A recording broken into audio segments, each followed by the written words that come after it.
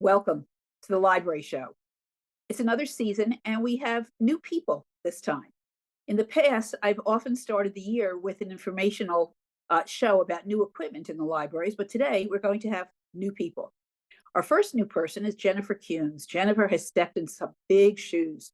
She's the new head librarian at Penn Wynne Library. Judy Saray, who had been there for a long, long time, actually, I think I have to say 40 some years, retired in the spring. We were happy for Judy that she was retiring, but we do miss her. But we're very excited to have Jennifer on board. Jennifer, how are you doing today? I'm doing fantastic, and you Okay, so, are some big shoes that I'm filling. well, you know what? It's the great thing that I think you have at Penn Wynne is you have a community that is so appreciative of and has so much affection for Penn Wynne Library that's a great thing to step into for a librarian. Yes, that was one thing that I was very excited about this community. It's very engaged, very passionate about libraries. It's just a gift to be in the community and to have such a fantastic board to work with. Oh, that's great. I remember some years ago when I was president of the library system, I came to do a presentation to the Penn Wynne board, and that was before the building was renovated.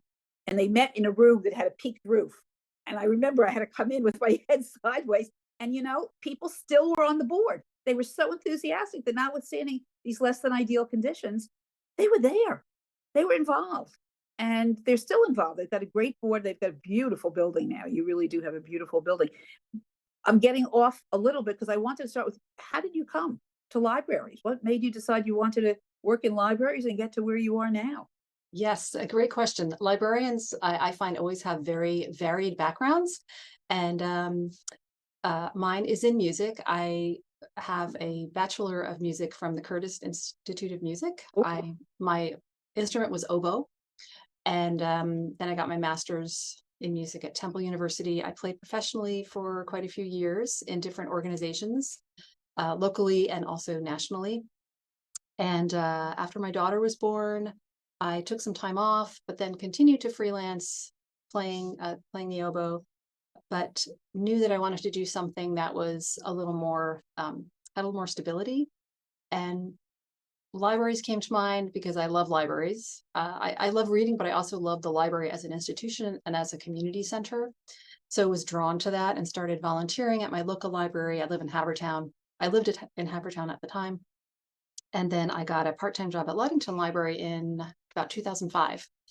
I started as a Sunday person and then worked part-time there, subbed uh, pretty much almost every library except Gladwin in the system over the period of time that they were renovating all the different libraries. mhm. I got a taste of being a library assistant in all the different libraries, and then decided to get my degree in library science, which I did online, which was a steep learning curve, having a background in music and not necessarily academia. So I was doing online learning and graduate work. It was very fun. I had a good time doing it. It took me a while, but I got my degree and then started as a reference librarian at Haverford Township Free Library for 4 years, and then moved to Marple Township, Marple Library as their head of circulation. And from there, I was there for 2.5 years. And then this job came up, and it's like a dream to be here. It's fantastic. It's a like I said, big shoes to fill, fantastic community, fantastic board. And I've been here for 6 weeks and just kind of riding the wave of learning. Well, Uh, well, the summer is a good time to have come on board because this gives you a chance. It's a little different rhythm in the summer than it is during the school year, I think. And so, Actually, it's a lot busier. It's sort of, ah, okay, yes, because you've got your summer reading, you have the kids home, you have a lot of summer activities going on for kids, and the library tends to be a lot busier. So okay. kind of jumping into the current and Okay. being trying not to be carried away. Well, you see, I'm a former school teacher. So, as a former school teacher, I always think of things in terms of September being the start of the year. But you're right.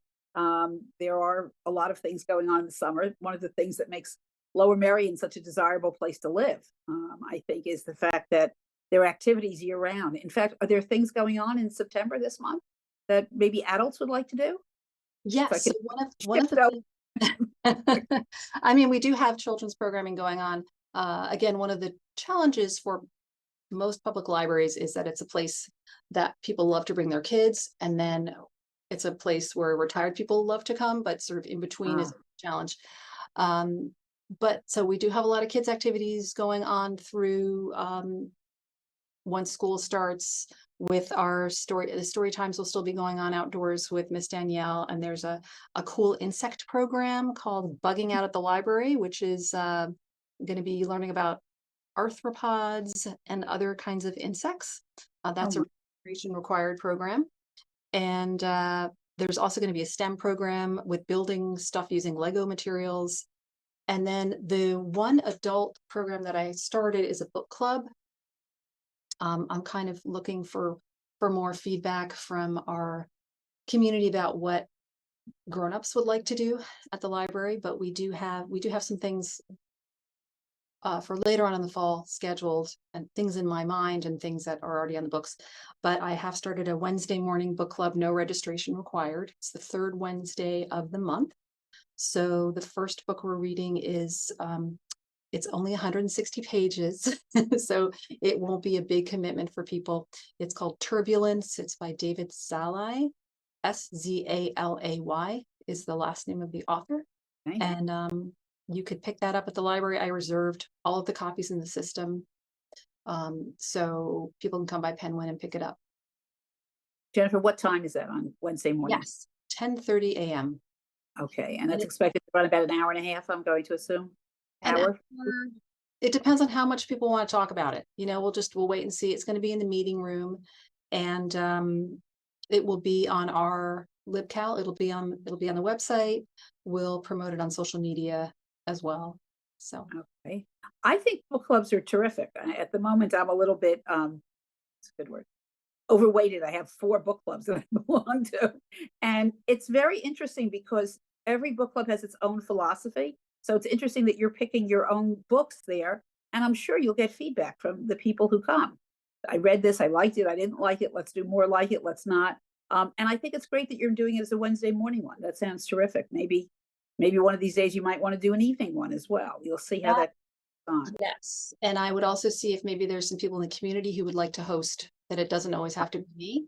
I started with the morning because I felt like more people might be available for a daytime, but it's just sort of one of those things. I'm just going to wait and see what happens, and then take it as learning and move on from there.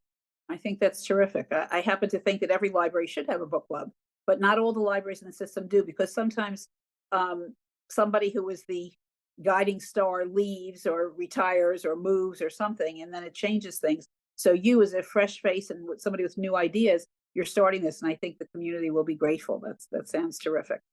There are other programs as well. Let me bring you back for a moment. So you did all of this library work. You got to know other libraries. You got to know the different aspects of the library. What has surprised you about Penn Wynne? Is there anything that you came in and you thought things were going to be a certain way and you were surprised that they were not? Let's see. Well, I guess my only preconceived notions were confirmed in that there is such a passionate and engaged community. So that was confirmed. I think one of the things that surprised me was the level of circulation of our materials. We're one of the smaller libraries of the 6 libraries in Lower Merion Township. I guess we're like the largest small library, because You're medium. You're medium. We're medium, I guess. So I think Ardmore and Belmont are smaller in terms of their size or the community that they serve, maybe. Don't quote me on that. But I will say that we have very robust circulation here of our materials. And I think one of the things that surprised me was that the size of the building cannot necessarily hold all of the material that we would like to circulate. So especially the new material. So that has been something that's been a little bit of a challenge, is knowing where to put things and knowing how to display things so that our patrons can actually see what we all have. Well, I will tell you that I think things are displayed far better now than they were at a point in the past, because I remember coming into Penn Wynne and the books were stacked sideways on top of the ones that were vertical on the shelves. They were so full. And then Judy and others got engaged in culling the shelves. Let's see what we can do to get rid of some of the books.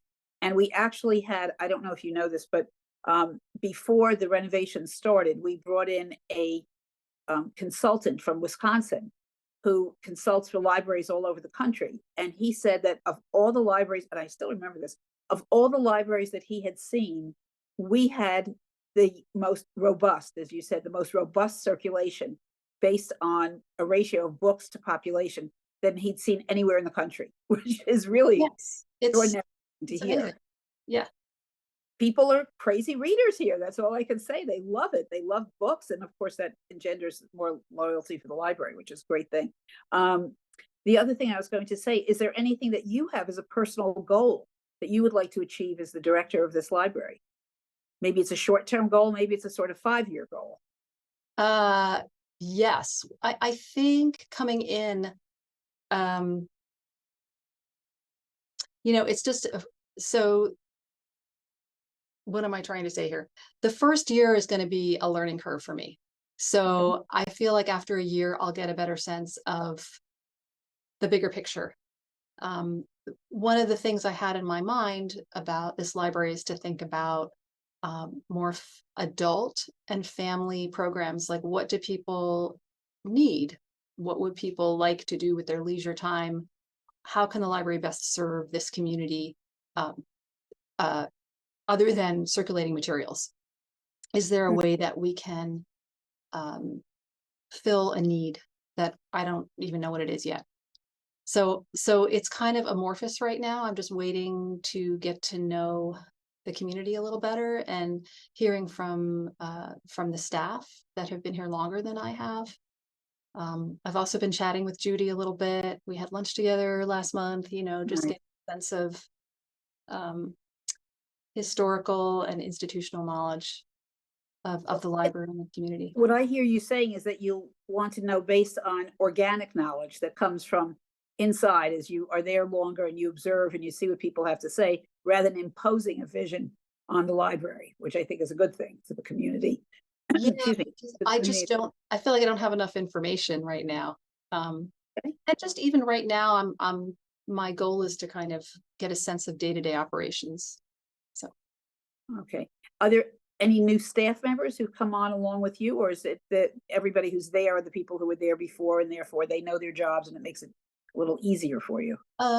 so we have one new staff member, and then we have a lot of new library pages, which are our kind of Ah, high school students. I hired 4. So we're okay. all starting together. Nice. Well, that's a great thing to have the pages there to help out, and maybe they'll get interested in working at libraries. Who knows? I mean, I was an English major. I don't think that was not open to me at that time, but it's a great thing to be able to do to have that. Let's see what else. Oh, okay. So your goals, long term, short term. Do you live in Lower Merion now? You said something about being in Havertown in the past. I didn't know if you'd moved to I Lower Merion. live in the Delaware County part of Ardmore. So Ah, so right off like Powder. I'm sorry. Ardmore? I was saying Powder Mill Road, but I realized that's more Penn Wynne. Yeah, So that was- Ardmore Avenue, the Delco Yeah. side. All right. That sounds good. Well, I thank you very much for coming on. This was great. And I wish you continued success, and you'll see me at events here and there because I go around to different libraries. And I thank you. I hope this is a great month for you. Thank you, Lenore. It was lovely meeting you. A pleasure. Stay tuned. We'll be back with the library show.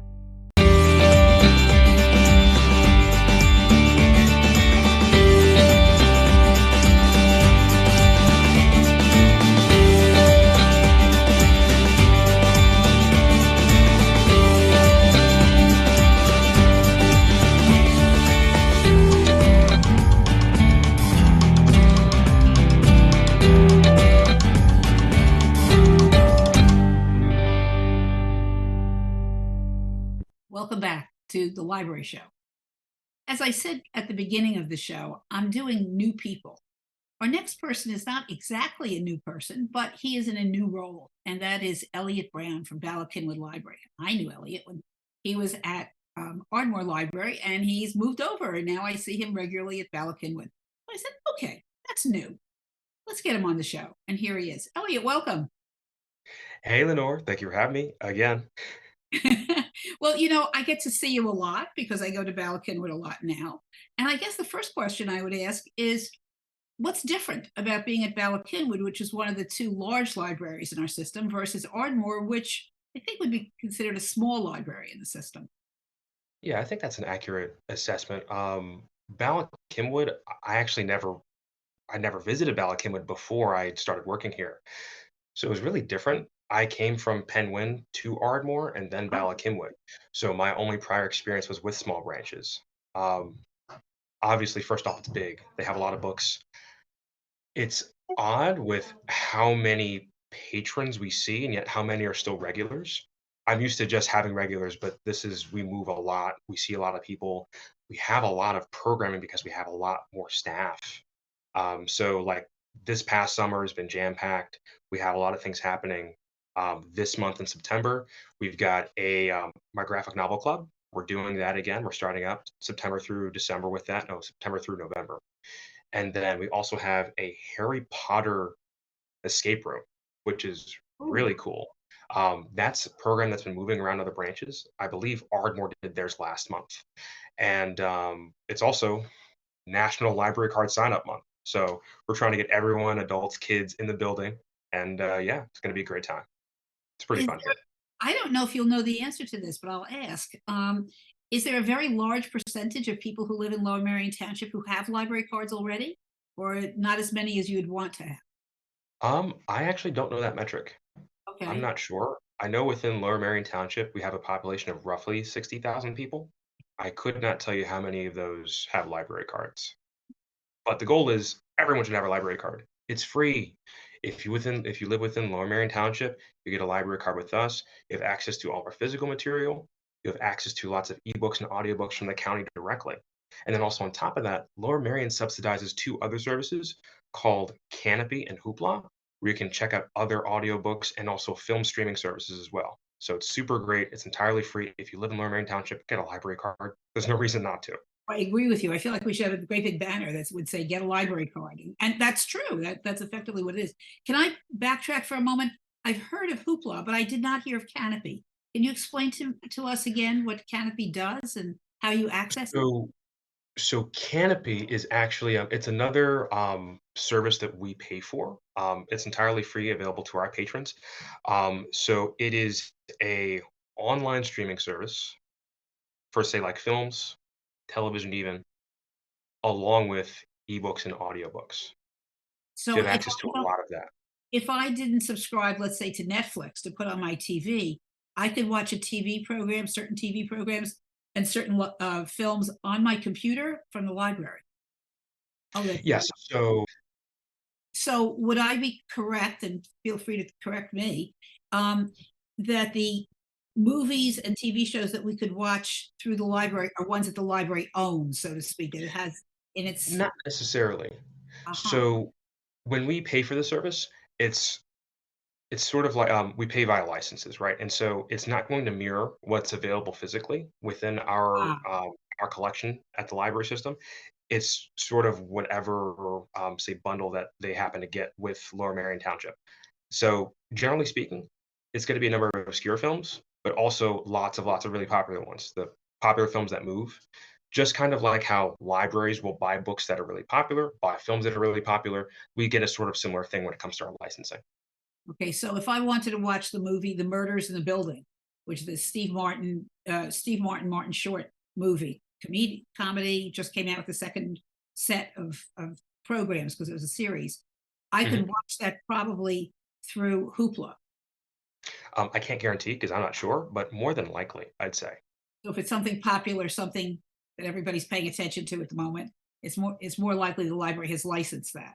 Right. And so it's not yes, it's definitely things that are popular, but I can't say at what point if it's like, oh, we start getting the new stuff maybe, 5 months after or a year after. I'm not too familiar with that.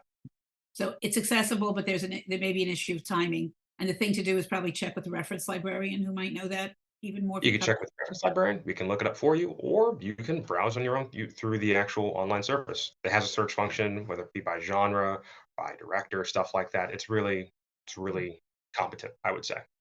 I get emails from the library, seems to be pretty often, about Wowbrary, which deals with books, which deals with magazines, which deals with TV shows. And it tells me every month, these are the new things that the library has that we now have access to. And that's a little bit different than Hoopla because Hoopla's broader. Right. So I'll be perfectly honest. Library is one of the services I'm not super familiar with. Ah, okay. So I used to do well, when I was at Ardmore, I was a lot more familiar with, say, Power Library, the state service, in terms of like I'm not sure if Library is by the state or by the county. I'm not too familiar with that. No, I tend to think it's the county because we're part of McLink, which is Montgomery County. I'm not looking to skewer you. I'm just looking what I think you're demonstrating, and I think really well, is something that I've been saying through this program and elsewhere, is that the libraries are our new community centers. The libraries provide lots of things other than just a physical book off a shelf. And I think it's really up to the individual patrons and the people who are going to get library cards, who will be patrons, to see what is available. I know that I've always liked the image when I went to Ardmore Library of seeing senior citizens sitting in the lounge area upstairs, reading magazines, reading newspapers. And I think that with the renovations that took place several years ago, the architects provided for that, for people to come into the library and just enjoy reading what's there in the library. So you can read it in the library, you could read it at home on your computer.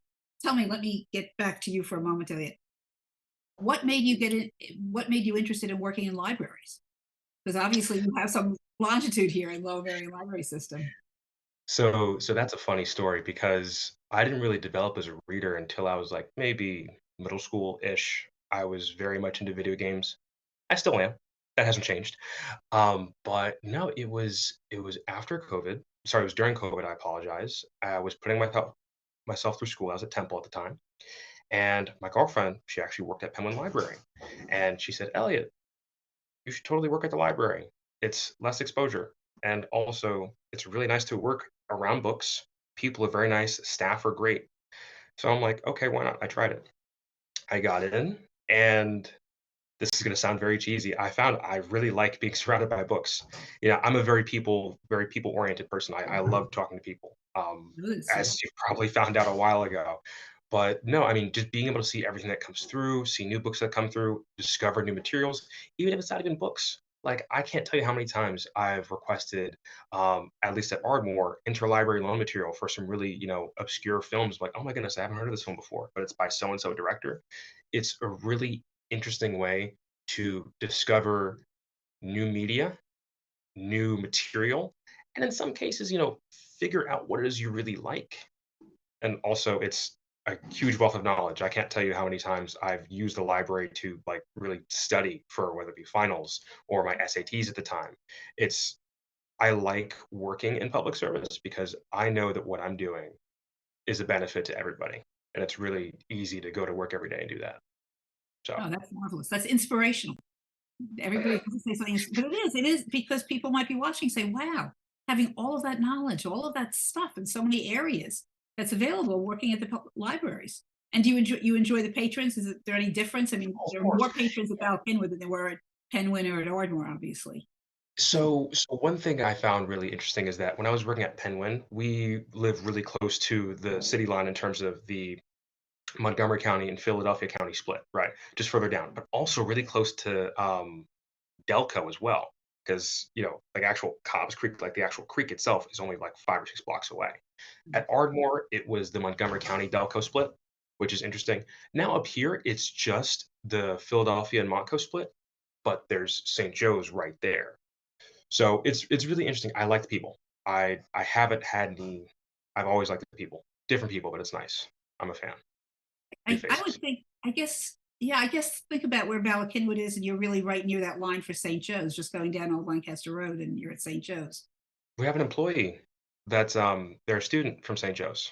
We have lots of students from St. Joe's coming here when their library just doesn't cut it for them. So yeah, Ah, it's great. okay. I didn't. I always think of Bryn Mawr getting kids from Bryn Mawr out there, but that makes sense. The Bala gets kids from St. Joe's because maybe the college library can provide things, and maybe sometimes it can't, and maybe it's overcrowded, or I don't know what it may be. Do Who you have knows? you have any sense of where you want to be career-wise in 5 or 10 years, or is that too far out? Ooh, that's a good question. So I'm still working on my electrical engineering degree. Ah, Um, okay. so funny enough, Miriam Phillips, the Remember Marion? yes, I believe the previous, she was head of Ardmore Library, and she was also the library director. She was like head So, of the McLean Consortium. I actually bumped into her a couple times, like months ago. And she was saying like, "Hey, you should definitely consider a career in library science, even if you get your bachelor's in electrical, because there's a lot of good that can still be done, even if you're not patient facing." So I'm not entirely sure. I might go into research and development for electrical stuff. I'm really into computers. That's something I really like. Or I could maybe work on handling, say, I don't know, the back end for a lot of things regarding libraries. So I'm not entirely sure. yeah. Maybe. I had the great pleasure of knowing Marion when she was the commissioner for Ardmore, and I was involved with Ardmore Library, so she is terrific. Well, that's great. It's great that you have so many opportunities, and it's a pleasure to see you and see your smiling face, and I do understand that you like people. I'm very pleased to be one of the people who interacts with you. Thanks, Elliott, for being on the Library Show. And thank you for watching the Library Show. I hope you'll join us next month with the next episode of the Library Show. Bye-bye.